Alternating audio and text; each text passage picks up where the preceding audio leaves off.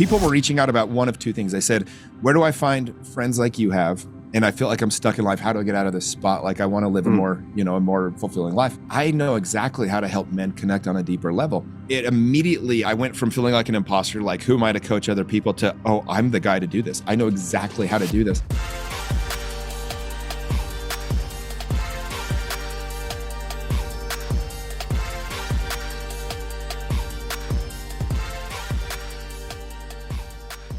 Welcome back to another episode of The Burn. I am Ben Newman, and you know how we do this every single week. We're going to bring you a story of an athlete, an entertainer, a celebrity, an entrepreneur, somebody who is recognized in their life that why and purpose is not enough.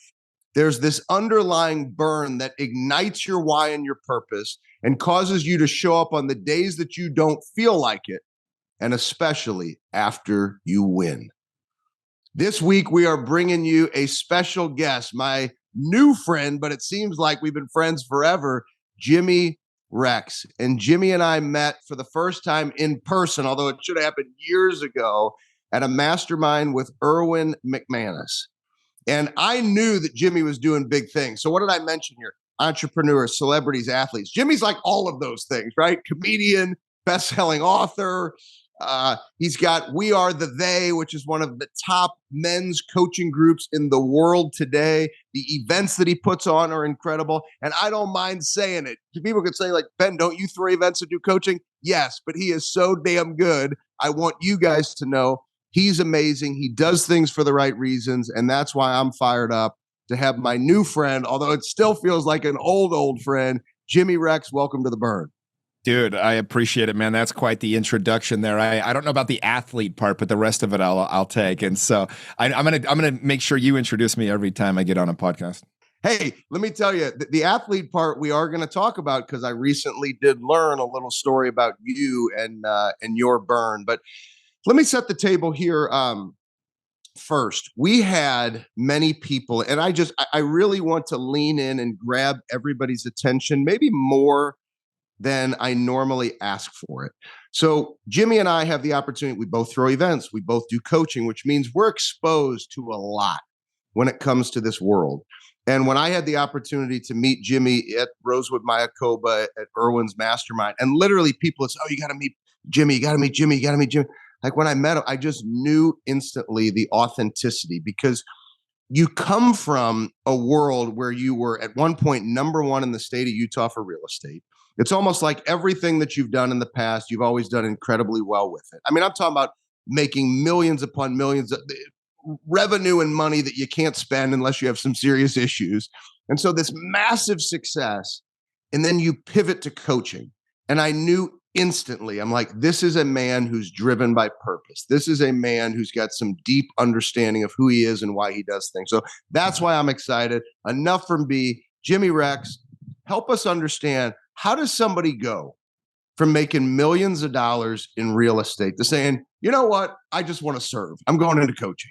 Yeah, no, it's a story worth telling, Ben, because it's important that people know that this is something that took a long time for me to figure out what was going to be next, but it looked like it happened immediately, because I've had a lot of my friends since I did this. I've had a lot of my friends and people near me that be like, dude, I need to find my passion. I need to find my thing, because they can tell that I feel like I'm in my dream job now. Like I get the opportunity. I'm coaching, almost 400 men, and it's really is life-changing. I get texts multiple times a day from these men of how it's changed their lives. And what happened was about 4.5 years ago, I sold the most expensive house ever in Utah. I was crushing real estate. I became the number one agent in the state that year. It was a $32.5 million house, which in Utah buys you like 2 mountains, right? And I made almost 7 figures in like 20 minutes. And it just wasn't that fulfilling. I'd already been making a couple million a year doing real estate. My team would sell 300 to 500 houses a year. I mean, we were crushing it. And I'd been on cruise control for quite a while. And about that same time, and this is probably where the burn came for me, there was a realtor that died. He ran a very similar business to what I did, and he got shot collecting rent at a fourplex, and literally rolled him in a carpet and stuffed him in the attic. And when the story broke on the news, every single article and every single news story was like, realtor dies, realtor this, realtor. So this guy had 7 kids. He was an amazing human. But I remember thinking to myself, Ben, I was like, if I died tomorrow, And all the news talked about was me as a realtor. I was like, I just would be sad about that. Like realtor was an amazing career for me, but I was like, I have so many connections. I have so much network. I have so much knowledge and things that I've been able to pick up from these amazing people in my life. I was like, I need to do something that's more impactful. And it was a burn that I could not put out. From that day forward, I became obsessed with figuring out what that was going to be. And so I spent a lot of time, a lot of coaches, a lot of meditation, a lot of figuring out what was going to be next. And I leaned into this thought and I just, I started to pay attention. Like, what do people reach out to me for? And I had another book that had come out called You End Up Where You're Heading, The Hidden Dangers of Living a Safe Life. And it really talks about in that book, I'd started going, I'd been to over 100 countries and I've done all these crazy adventures, run with the bulls in Spain and swim with tiger sharks and all these different crazy things you can go do. And so people were reaching out about one of two things. They said, where do I find friends like you have? And I feel like I'm stuck in life. How do I get out of this spot? Like I want to live a more, a more fulfilling life. I know exactly how to help men connect on a deeper level. And so it immediately, I went from feeling like an imposter, like who am I to coach other people to, oh, I'm the guy to do this. I know exactly how to do this. So I just took all this information I'd learned and I became obsessed with the idea of creating the best experience for men to go deep and to create deep, lasting connection. And that's how I came up with We Are the They. I love it. Have you thought about writing a book, but just don't have the time? We would love to help you make that dream come true this year. Introducing B&C Publishing. We offer an in-house 3-step process to help you bring your book to life. The whole process only takes 60 to 90 days. Compared to 18 months for traditional publishing methods, we work fast. To see if we are a good fit to work together on your project, email our team at info@bennewman.net. That's info@bennewman.net. Now, back to the show.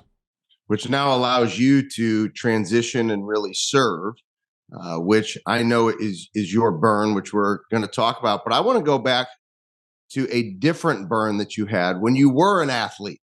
So even though athletics takes us all to different levels of athletics, and it might not have been professional for you and I, but tell us about your burn that you discovered through a recent conversation you and I had. I think it is so powerful hearing this because as people have heard, it comes in so many different formats. You've heard so many different stories, but this is very powerful. Yeah. So when I was a kid, long story short, my brother Matt was the 2-time state MVP, won the state championship a couple of times. And my dad got a lot of significance from that. He got a lot of attention from that. And he kind of wanted to recreate that with me. But I wasn't as good at baseball as my brother was. I knew this. I was, like an 8-hole hitter on a very good baseball team. But my dad had this idea. He'd seen some other guys around the state do this, that to get held back a year, 8th grade is the last year you can do it. And if you do that, you're just that much better because you're a year older. And he thought if I got held back, I could be a star player and really, really be something. And long story short, he put a lot of pressure on me. He offered me a free truck. He had my brothers talking to me, who I looked up to. He, offered me some cash. And ultimately, I remember one day we're sitting in the driveway and he said, hey, you got to make a decision if you're going to get held back or not. And I was already one of the oldest kids in the school. I had, I was one of the smarter kids, to be honest.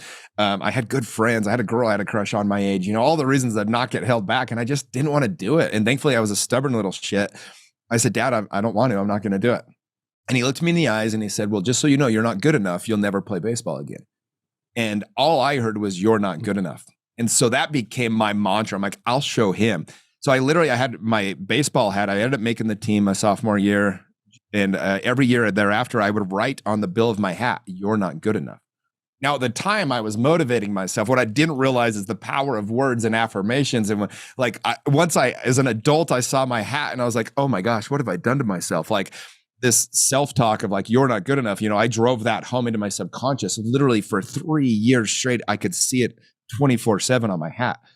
And it did it, it was a very deep burn and driving force. And I became obsessed with, proving that I was good enough, proving to my father and everybody else. And so I became a great baseball player. I went on a mission for my church and became the highest baptizing missionary. I got home and I started in real estate. I had to be the #1 realtor. But where it really screwed me up was in areas like dating, always trying to show everybody I was, look at me, I'm, and God bless me. I was just like, what really I was saying was, I promise I'm good enough to love, right? Like, please love me. What it came off was like, look at this new trip I'm going on. Look at this hot girl I'm going out with. Look at this amazing, group of friends that I have that are all beautiful or whatever it might've been. And so I'm sure like people were seeing this from the outside and, were just like, dude, why is this guy always trying to like show how cool his life is or whatever? And inside I was just screaming to like, I promise I'm worthy of getting to love. But that burn really did drive me, and it caused me to be, I ended up becoming the #1 real estate agent in the entire state of Utah. I was selling hundreds of homes a year, making millions of dollars, and doing a lot of other cool things too. It caused me to be a great uncle and a great friend. I did date a lot of beautiful women, all these different things.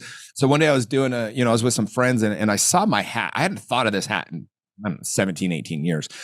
And, this was about 5 years ago. I saw my hat and I was like, oh my gosh, what have I done? Like, I realized as soon as I saw the words on my hat, I was like, because I know the power of words and affirmations as a coach and, just being in self-development.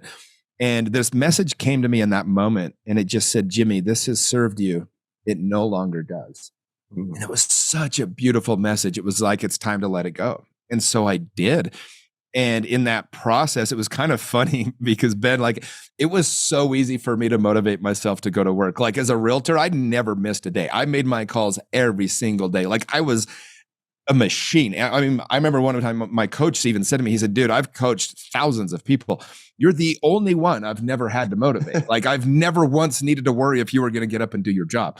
And I didn't realize how rare that was, right? Even now people say to me like, I don't know how you work the way you do, but it's like that burn was so deep, and I so needed to heal that wound and that boy. And so once I let that go, it was interesting because it actually took me a little bit to find a new burn. And it became harder to get up and make my calls every day. Like, all of a sudden I was just like, you know what? I feel good. Like, I'm good. I got money in the bank. I got dozens of investment homes. Like, life's good. And it did get harder. And I started taking a lot more time off. And I will say, it was in a healthy way. But then I, had to find those new ways to motivate myself. And it was cool because I started to be able to come out of love. And it was like, how can I help people with these things? It's be the hero of your own story. You're most qualified to help the person that you used to be. All those things were so true to me. I was like, okay, I've got this information now. How do I help others to experience this? And it led me into what I get to do now, which is my impact.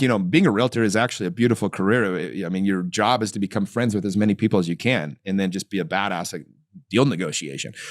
But what I get to do now has just been so life-changing. It's helping so many of these men connect and find themselves and find friends that are deeper than anything they ever imagined, And so for me, it really is the gift of a life that I was able to work through this. And my new burn is a much, I will say, probably healthier way of going about it, but it comes from love instead of fear of not being loved. And what I find to just be beautiful about your story, and it's the authenticity, the vulnerability that people are hearing, but also you continuing to work on you being your best self, even though you've identified these gifts to serve and help other individuals find that within themselves. And I think about you and I, if people are really listening to the story, they're probably going, well, why are the two of them in a mastermind? They both have these wildly successful coaching businesses impacting people. Like, what do you mean they're in a mastermind? Well, you and I both invest well over 6 figures into our own personal development, multiple coaches, masterminds, mentors. And I think we both believe in having this never finished mindset. Why is that so important to you? Yeah, so a couple of reasons is, number one, I'm obsessed with becoming the best version of myself. Like, why do we do the thing? Because we can, because we should. Like, if you can be better, then you should try to be better. And I think that I just have this unquenchable thirst to be the best version of myself. And I get lessons in ways sometimes I'm like, damn, why can't I just, take it easy sometimes? But also, being a coach, like, I'm never going to tell somebody to do something I don't know how to do. And so for me, I started getting into this coaching, and there were some things I realized. I'm like, man, I've never been married. I actually don't know the experience of how to help people connect more on a relationship level. So last year I hired 3 relationship coaches, and I went deep. And here's the reason why I still do it, Ben. Like, I felt like I'd worked through the trauma with my dad and some different things from my youth and stuff like that. And I hired the top, in my opinion, the top relationship coach in the country, this guy named Stefanos. And I seeked him out, saw his material. I was like, man, this guy gets it. And so I was like, I got some things to learn from this guy. And I hired him.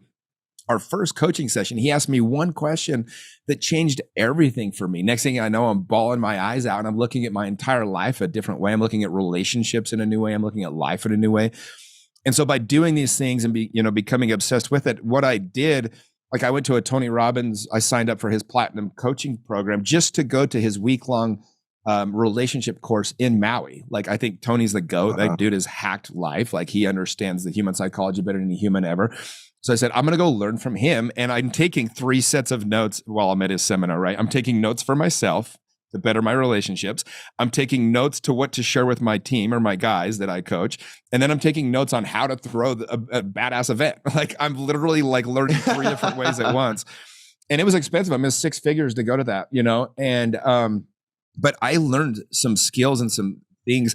I've been able to use it with my guys now that I coach. And I never want to feel like an imposter, and, our mutual friend, Ed Mylett, talks about this all the time, is like, the best coaches model after things they've already seen that work. You're not copying it, but you're modeling it. So I'm able to put it into my own form or my own way of learning and teaching, but I'm just using things that are, when you hear truth, it's truth. And so, like, for me, I can now with confidence coach about relationships. And it's kind of funny because by going to that, and again, looking at relationships completely different, I then within a month ended up getting a girlfriend who I'm with right now. And so you just change the way you look at certain things, right? And like, for example, that event, and I know I'm kind of a long answer here, but this is why it's so important to me. I was there for a week and I spent 6 figures. And if I got nothing else out of the entire thing, it's the one screw you didn't know you need to turn, right? It's the 5% that you need to improve. But there was one thing I learned, and I don't know why my mind thought this way before, Ben, but I mean, I've just killed so many relationships way before I probably should have. But I always thought you had to find your person and you guys just connected and it was this amazing relationship. And it wasn't till that seminar out in Maui that I realized that no, like the best relationships, it's like my job. I feel like I have my dream job. It's never been harder. I've never worked harder on it. I've never had to learn more in it.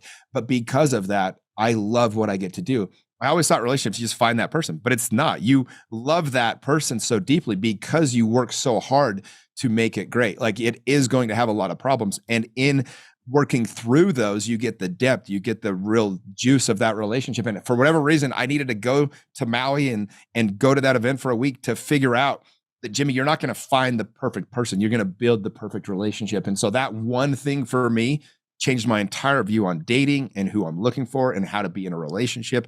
Like, even the one I'm in right now, I probably would have dropped out 3 or 4 times if it was a year ago. I would have, because I'd have been like, oh, this thing's not right. I would have just been like, yeah, I guess it's not my person. When in reality, you just work through that and then you get that much stronger. And so anyway, that's why I am obsessed with doing coaching. By the way, like, I just love to be around people that are thinking the same way I do. Like, we went to the event in Cancun, and the timing of it was horrible for me, if I'm being honest. I was gone for like 14 days straight, but I knew I would connect with somebody there that might change my life. And sure enough, like, I meet you, and, I don't know where this ends up, friendship in 10 years from now, but I damn well know we're going to be in each other's lives one way or another. And so you just never know who you're going to meet. And I want to be around people that are also trying to better themselves every day, that are also working to improve the lives of other people. And in going to those things, those are the kinds of people you meet. See, this is why I'm excited to share the final piece of this burn episode. I want everybody to think about just everything that we've shared so far in this episode. So we've talked about Jimmy's burn. We've talked about Jimmy's success. We've talked about his belief in pouring and serving into others.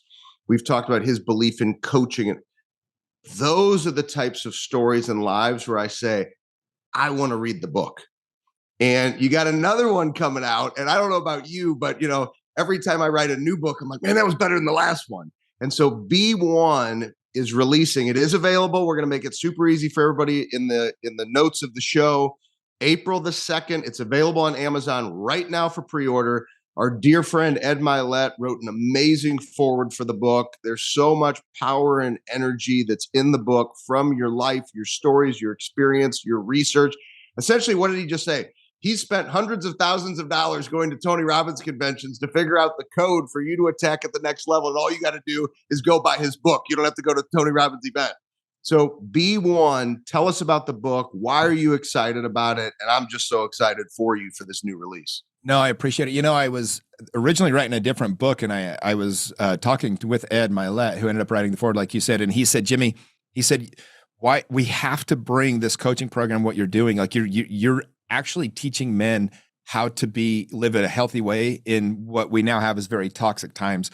And so the book is called B1. It comes from the Marcus Aurelius quote, which is, waste no more time arguing about what a good man should be. B1. And the subtitle is How to Be a Healthy Man in Toxic Times. And it's really a roadmap to just help men it's really difficult to be a man these days. Like there's, over 50% of single men 18 to 30 have not approached a woman in person in the last year, to give you an idea, like some stats of some different things. Say that again. Repeat that statistic. Over 50% of single men 18 to 30 have not approached a woman in person in over a year. I mean, it's like, it's just a really hard place to be for men right now. There are a lot of messages from society that aren't accurate. And so my book goes through really all different aspects of life, everything from your romantic relationship to your mindset, to your health, to leadership and all the above. And I go through with a lot of my own personal experiences and just things that I've learned over the years. And we break down these different exercises and help teach you how to be a healthy masculine man in today's society, what that is and what it isn't. There's also a section in there for women to help find a man if they're looking, and for how to raise one too. I have a youth program that we run called our Next Gen program. And, it's a book that, Ed said this the other day on my podcast. He said, it's a book that very rarely came along at the exact perfect time that society needs it. And that's why everybody should read it. And that's the best endorsement I can give on it. But I'm super pumped for people to read it, because I do think it will change their lives. Well, we're going to make it easy for everybody to understand how to get a copy. I recommend the book to everybody. Jimmy, you are a force for good in this world. I'm so grateful. And, it's interesting. We probably needed to wait all that time, because like the energy that was there when we met was incredible, just like I'm sure people are feeling it this episode today. I would like for you to finish this episode for us with all the success, all the lessons, all the investment you've put in. What is that lesson that you feel needs to be heard? That one lesson, like when you think about it, it fires you up, it energizes you, and you love sharing it with others. What's that final lesson, those words that you'd love to share with our audience? There's so many messages that I could share here. I'll share one that I just really love. It comes because this is one that really motivated me when times got tough in real estate. And it's funny where inspiration comes from sometimes. It's from the movie A League of Their Own. It's a movie about a girls' baseball team. Tom Hanks plays this character, right? Jimmy Dugan. And the main player on the team is Gina Davis's character. And halfway through the season, she's the MVP of the league. She just is packing up and she's leaving. And Jimmy Dugan goes over there and he's like, "What are you doing? Like, what are you doing? Like, you're the star of the team." And she said, "It just got to be too hard." And he looks at her and he says, "It's supposed to be hard. The hard is what makes it great." And I just love that, man, because like every good thing that's come in my life was so difficult to achieve, was so difficult to get there. All of the best parts of life, the things you share on podcasts, the things you share on, from the stage and all those things, it's the stuff. And so, one of my best buddies, he says, "Screw easy. Who wants easy?" And at the end of the day, you're not making your life harder than it needs to be, but constantly being obsessed with becoming a better version of yourself means facing those demons and slaying those dragons and just knowing that it's going to be hard. And I've gotten to a point, Ben, where in the middle of the hard thing, I'm appreciating it now. There's no bad days, because in the middle of it, I'm like, this is so good. Like, I'm growing so much right now. This is a ridiculous lesson to have to get right now.